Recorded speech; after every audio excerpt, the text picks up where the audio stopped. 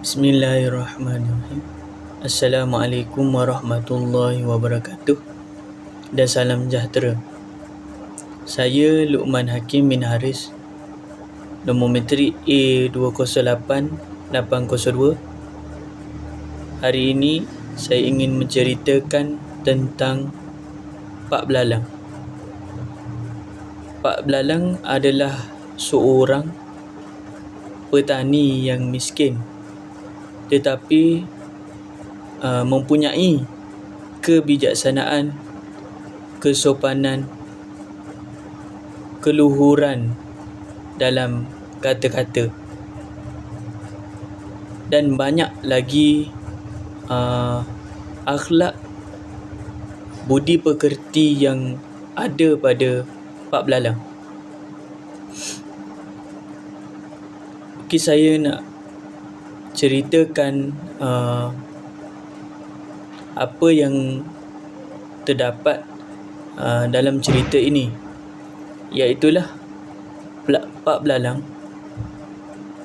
walaupun dia seorang yang miskin, tapi dia pandai menggunakan akal fikirannya untuk menyelesaikan pelbagai masalah pada ketika itu.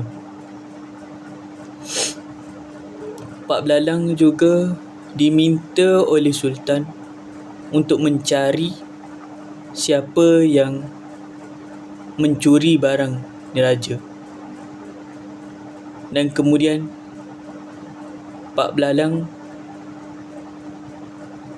menggunakan cara yang baik, iaitulah dengan mendengar, memerhati, dan akhirnya telah terbongkar siapa yang pencuri yang sebenar. Dan Pak Belalang telah diberikan penghargaan dan perhatian khusus daripada Sultan, tetapi dia tidak merasa sombong dan malahan juga dia tetap merendah diri dan mengenal asal usul,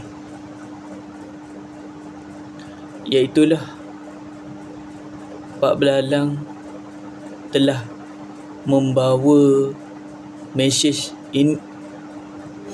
Pak Belalang telah membawa mesej ini untuk kita semua agar tidaklah lupa pada asal usul kita dan tidak mudah merasa bangga dengan diri. Itulah contoh yang sangat baik yang boleh diambil daripada kisah ini.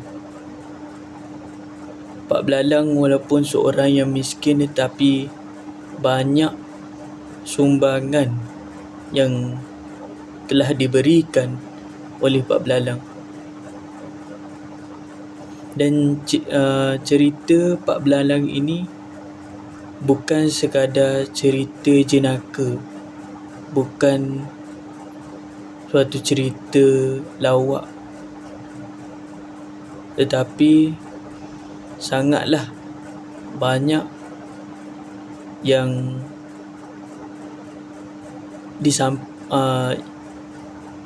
ingin disampaikan oleh Pak Belalang kepada kita semua.